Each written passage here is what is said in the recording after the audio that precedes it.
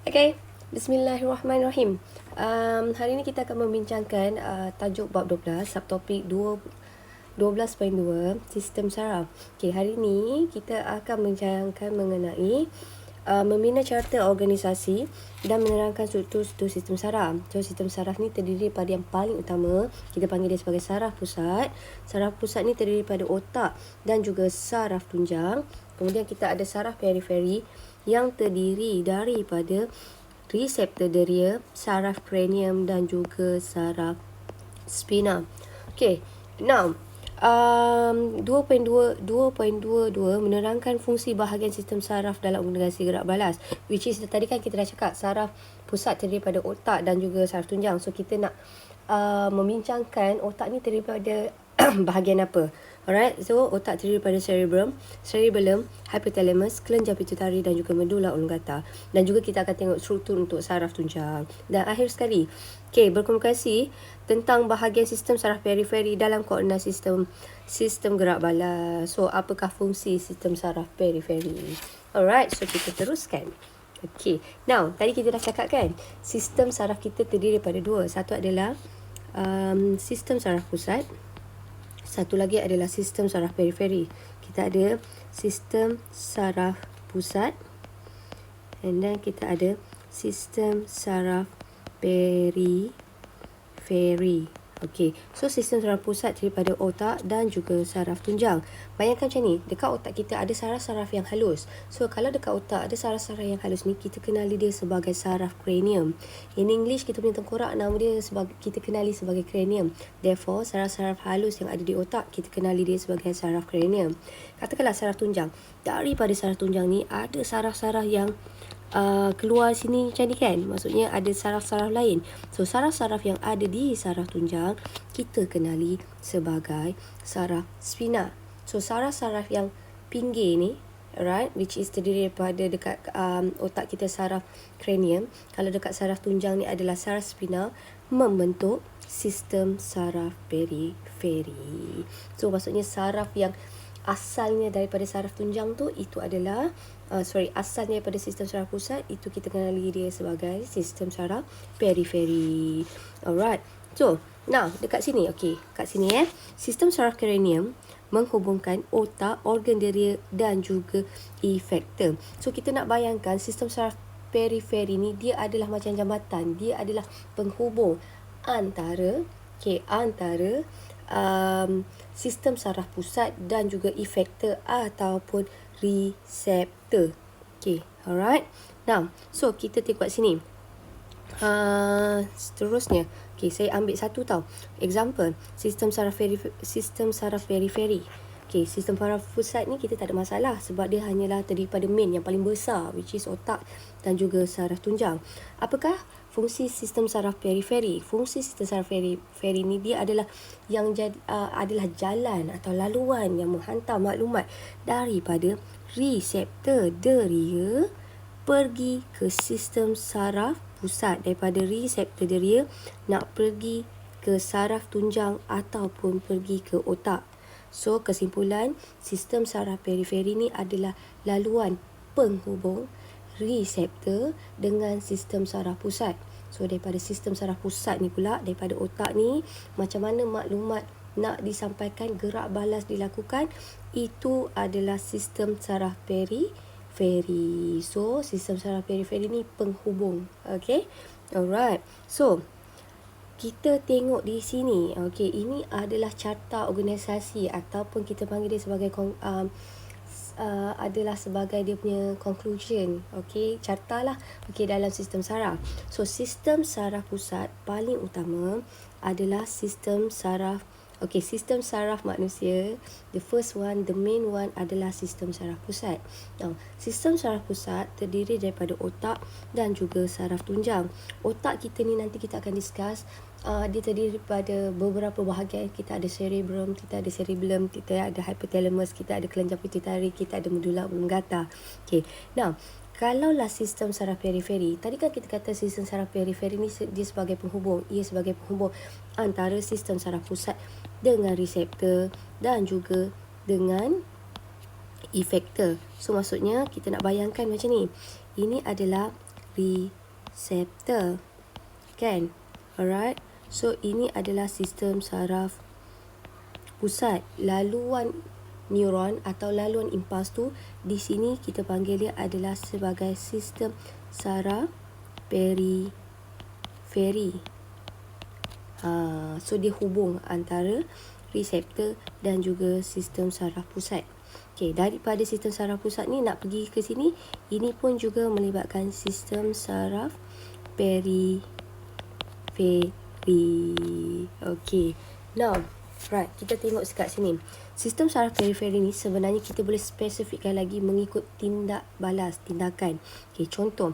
Kalaulah tindakan tu adalah luar kawal, tindakan luar kawal ni, nama sistem yang terlibat tu, kita pergi lagi detail, which is saraf autonomik. Okey, nah apakah yang dimasukkan saraf autonomik? Saraf autonomik ni apabila badan kita melakukan gerak balas luar kawal. So, kalaulah gerak balas luar kawal ni adalah satu gerak balas ni, dia ada dua pace tau. Dia ada dua rentak. Sama ada laju atau perlahan. Contoh, degupan jantung. Kalau you guys tengah lari, degupan jantung awak akan jadi laju kan? Tapi dia tak akan laju sampai malam. So, katakanlah bila awak dalam keadaan rehat, degupan jantung awak akan slow balik. So, itu kita panggil luar kawal. So, luar kawal ni satu gerakan yang boleh laju atau satu gerakan yang boleh diperlahankan. So, ia melibatkan saraf simpatetik dan juga saraf simpatetik. Kalaulah katakanlah macam sekarang adalah tindakan terkawal, you guys nak mendengar atau nak menulis. Okey, ia melibatkan sistem saraf periferi bahagian apa? Sistem saraf periferi saraf saraf somatik. Kalau tadi luar kawal auto, kita tak boleh control. Okey, kalau kita boleh kawal, namanya adalah sistem saraf periferi, which is saraf somatik, terdiri daripada saraf kranium dan juga saraf spina. Kita teruskan bahagian otak. Ini adalah otak manusia. So, otak manusia ni mengandungi lebih kurang 100 juta neuron. What is neuron? Neuron adalah sel saraf. Nama lainnya juga kita kenali dia sebagai neuron. Okey, otak kita ni jisim dia lebih kurang berapa? Lebih kurang 1.4 kilogram. So, otak kita menerima darah which is lebih kurang 3.5 darah setiap jam. Okey. Now, kita tengok kat sini. Apakah fungsi utama otak? Now, fungsi utama otak adalah sebenarnya kalau you guys tengok kat sini, fungsi utama otak dia menerima maklumat daripada reseptor. Kemudian apa otak kita buat bila dah terima maklumat daripada reseptor? So, otak ni kemudian dia akan taksir, dia akan analisis apakah gerak balas yang sesuai daripada rangsangan yang diterima daripada reseptor. So, yang akan melakukan gerak balas, which is kita kenali sebagai efektor. So, efektor akan terima maklumat dari otak untuk melakukan gerak balas yang sesuai. Again, inilah yang dimaksudkan koordinasi. Maksud koordinasi, setiap rangsangan akan menghasilkan gerak balas. Dan gerak balas tu wajib gerak balas yang sesuai atau yang tepat dengan rangsangan. Contoh, kalau rangsangan itu adalah gula mesti rasa manis. So, itu adalah koordinasi. Siapa yang tentukan rasa tu, gerak balas tu rasa manis? Itu adalah otak. Otak yang taksir gula-gula mesti rasa manis. Dan dia akan hantarkan maklumat tu pergi ke efektor, which is kat lidah kita. Alright. Now, seterusnya kita teruskan. Now, otak kita terdiri, ini adalah daripada buku teks tau. Saya refer buku teks. Saya suka buku teks. Buku teks awak lawa. Okay, colourful. Now, the first one yang paling besar sekali dan yang paling kompleks sekali adalah cerebrum. So, cerebrum adalah dekat bahagian depan. So, cerebrum ni ada satu dia punya struktur dia adalah berlipat-lipat. Anything yang folded, anything yang berlipat-lipat adalah untuk menambahkan luas permukaan untuk memuatkan lebih banyak saraf. Kemudian, cerebrum ni merupakan pusat untuk mengawal emosi, pendengaran, penglihatan, personality dan juga tindak balas terkawal. So, otak ni adalah satu organ yang sangat kompleks. Okay? Now, cerebrum menerima maklumat dan rangsangan daripada reseptor. We have discussed about this one. So, kemudian maklumat ni akan dianalisis, diintegrasi untuk menghasilkan gerak balas yang sesuai. So, cerebrum ni juga bertanggungjawab terhadap keupayaan mental. Seperti masa kita belajar. You guys macam sekarang ni kan, you guys guna bahagian otak yang mana? You guys guna bahagian otak cerebrum. So, cerebrum ni kerja dia paling banyak sekali. Alright. Kemudian, kita pergi ke bawah sikit. Bawah tu kalau macam perempuan macam bahagian sanggul dia. Okay. So ni tadi number 1, ini number 2. Number 2, cerebellum. Cerebellum ni adalah untuk melihara keseimbangan badan. So nak bagi awak balance jalan tu straight, itu adalah cerebellum. Dan juga koordinasi untuk pengucutan otot untuk pergerakan. So nak bagi awak bergerak tu balance, okay, bahagian otak yang terlibat bahagian mana adalah bahagian cerebellum. Kemudian kita ada bawah, saya turun bawah sikit, which is hypothalamus. Hypothalamus ni macam dekat pangkal otak. Pangkal otak. Yelah pangkal otak, which is yang paling bawah sekali, yang dah nak dekat dengan leher. Okay, so nama dia adalah medulla oblongata. So, medulla oblongata ni dia mengawal tindak balas luar kawal. Contoh tindak balas luar kawal adalah seperti denyutan jantung, pernafasan, makanan. Pemvasocerutan ni adalah salur darah awak ni mengecut. Okey. Kemudian kita ada tekanan darah, peristalsi, muntah, batuk dan bersin. So bersin ni adalah tindak balas luar kawal.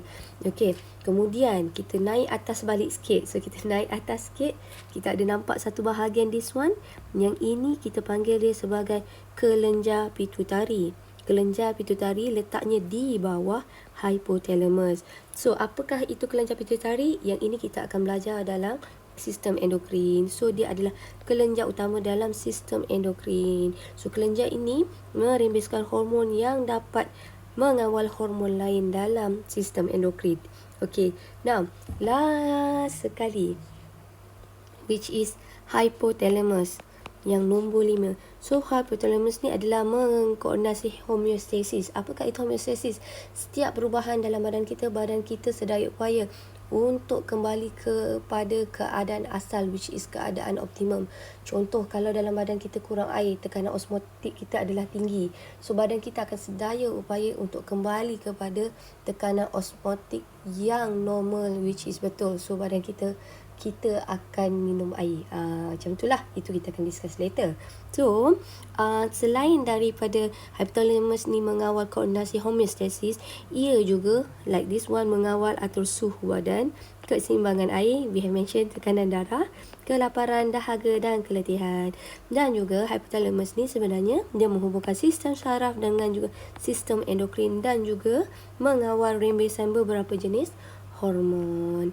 Okay, kita teruskan. Ini kalaulah kita nak lebih cerebrum tadi kan, kita kata tindak balas terkawal kan, dan dia mengawal cara awak berfikir. So kita tengok kat sini kan, katakanlah untuk penglihatan bahagian cerebrum kat mana? Actually adalah dekat belakang. Katakanlah macam sekarang you guys fikir, atau you guys buat aktiviti, buat latihan matematik kan, kadang-kadang awak rasa macam sakit dekat depan kan, sebab di depan ni dia mengawal aktiviti mental yang tinggi seperti mengingat, berfikir dan juga belajar. So di sini. Kemudian yang ini adalah untuk pergerakan. So contoh kalau orang stroke, orang yang terkena stroke adalah disebabkan salur darah di otak dia tersumbat. So basically oksigen tak sampai di situ. So mungkin katakanlah dia lumpuh di sebelah bahagian kanan dia. So itu adalah disebabkan apa? Maksudnya otak yang mengawal tindakan belah kanan badan kita yang mengalami salur darah dia yang tersumbat. Okay, so itu adalah pergerakan. So bahagian kawasan motor ni mengawal pergerakan. Alright, and then ni boleh tengok sendiri. Ini adalah dalam buku teks tingkatan 5 silibus lama. Okay, alright. So kita teruskan dekat bahagian we have discussed about medulla oblongata. Saya ambil buku teks sahaja. Okay, so baca buku teks. Thalamus pun this one saya ikut buku teks. Alright, so saya tak sentuh this one. And then kita akan terus masuk ke dalam sistem saraf tunjang. Fungsi saraf tunjang. So apakah saraf tunjang? Saraf tunjang tu yang dekat dalam awak punya tulang belakang. Dalam tulang belakang kita tu ada saraf tunjang. So, apakah fungsi saraf tunjang? Fungsi saraf tunjang adalah untuk memproses beberapa jenis maklumat deria, menghantarkan gerak belas melalui neuron deria, dan juga saraf tunjang ini terlibat dalam tindakan refleks, dan ia juga menghubungkan otak dengan sistem saraf periferi. So, ini sistem saraf tunjang terdapat dalam turus vertebra. Turus vertebra adalah dalam tulang belakang kita. Okey, now ini dalam buku teks.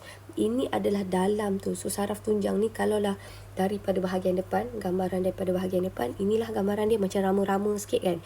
Okey, so saraf tunjang terdiri daripada ada dua akar. Akar. So atas ini korang, you guys dah belajar masa bab 1. Bahagian atas kita kenali dia sebagai dorsal. So akar dorsal. Saya bagi awak satu tips macam mana nak tahu dia dorsal. Kalau ada bengkak ni, which is kita panggil dia ganglion akar, bahagian yang bengkak ni, ini mesti dorsal. Yang tak ada bengkak, smooth je ni, ini mestilah akar ventral.